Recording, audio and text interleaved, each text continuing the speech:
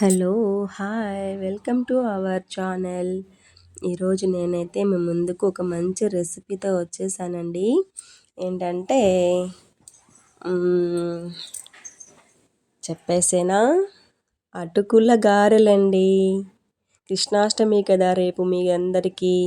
అందువల్ల మీ గారాల కృష్ణునికి మా గారెలు పెడతారనేసి ఈ అటుకుల గారెలు మీకు చూపిస్తున్నానండి. చూసేయండి మరి.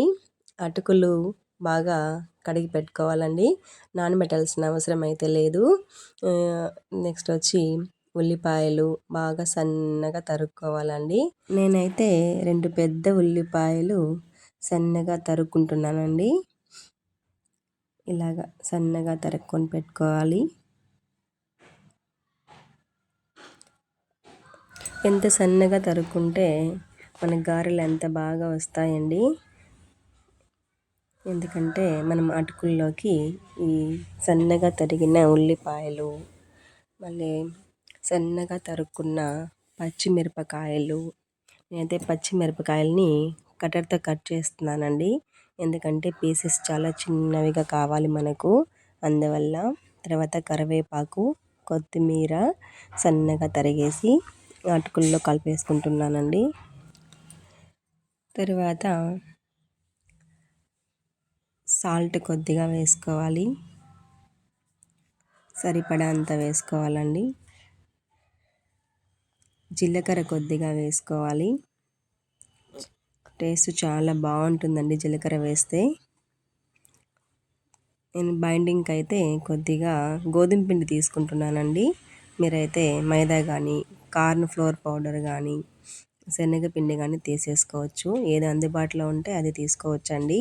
ఎందుకంటే మనం గారెలు చేయడానికి కొద్దిగా బైండింగ్కు ఉపయోగపడుతుంది. ఇలా తర్వాత పొయ్యి మీద అయితే మనకి ఆయిల్ బాగా వేడెక్కిపోయింది. గారెలు వేసేస్తున్నాను. గారెలు అయితే అలా చూపిస్తున్నాను కదండి, అలా చేతిలోనే పెట్టేసుకొని ఆయిల్లో వేసేసుకొని బాగా కాలిన తర్వాత మనం మరో సైడ్కి అవి తిప్పుకోవాలి. బాగా ఎర్రగా కాలిన తర్వాతనే మనం వాటిని పక్కకు తీసుకోవాలండి. కృష్ణునికి అటుకులు అంటే ఇష్టం కదంటండి.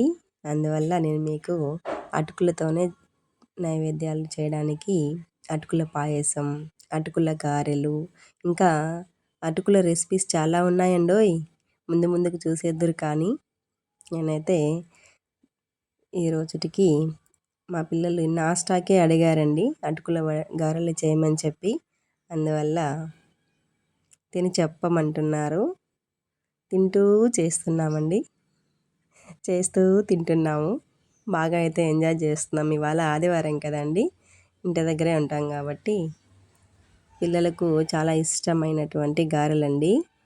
బాగా ఇష్టంగా తింటారు. అందువల్ల నేను అప్పుడప్పుడు చేస్తూ ఉంటాను. అందుకే మీరు కూడా తొందరగా చేసేయండి మరి. ఎవరైనా ఫ్రెండ్స్ ఇంటికి వచ్చినప్పుడు కానీ, బంధువులు ఇంటికి వచ్చినప్పుడు కానీ తొందరగా మనకి గారెలు తయారు చేసుకోవాలంటే ఎటువంటి పిండి రుబ్బే పని లేకుండా, పప్పు నానబెట్టే పని లేకుండా తొందరగా అయితే మనకు గారెలు చేసుకోవచ్చు. మేమైతే ఇవాళ ఇంటి పెరట్లో పొయ్యి పైన మీకు చేసి చూపిస్తున్నామండి. టైం ఉంది కదా అనేసి పొయ్యి వెలిగించేసాము ఈరోజు. మీకు ఫెస్టివల్ కదండి, మీరు స్టవ్ పైన తొందరగా చేసేసుకోవచ్చు. ఇంతకంటే ఇంకా స్పీడ్గానే అవుతాయి. మరి మా గారెలు, అటుకుల గారెలు చేసి తిని ఎలా ఉన్నాయో మా కామెంట్ సెక్షన్లో తెలియచేయండి. మా ఏఆర్వి ఛానల్ని సబ్స్క్రైబ్ చేయండి, షేర్ చేయండి, లైక్ చేయండి. మా గారెలు బాగున్నాయా? నాకైతే ఇలా పొయ్యి మీద చేయడమే ఇష్టం అండి. ఈ గారెలు తింటూ ఉంటే పైన క్రిస్పీగా, లోపల చాలా మెత్తగా టేస్టీగా ఉంటాయండి. తినే కొద్దీ ఇంకా తినాలని అనిపిస్తుంది. అందువల్ల మేము అప్పుడప్పుడు ఇలా చేసుకొని తింటూ ఉంటామండి. మరి మీరు కూడా మీ అటుకుల గారెల్ని ట్రై చేసి తినేసేయండి. బాగున్నాయా మా గారెలు?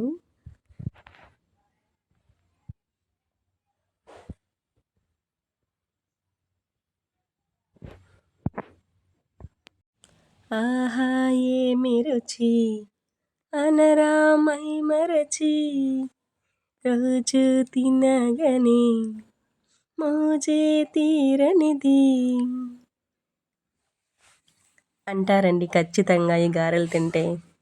చాలా సింపుల్గా, చాలా టేస్టీగా, తొందరగా చేసుకునే రెసిపీ అండి.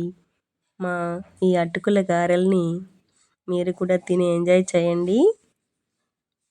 మా పిల్లలైతే బాగా లాగించేసి టేస్ట్ చేసేసారు. నేను కూడా చేస్తూ తింటున్నాను. మరి మీరు కూడా ట్రై చేసే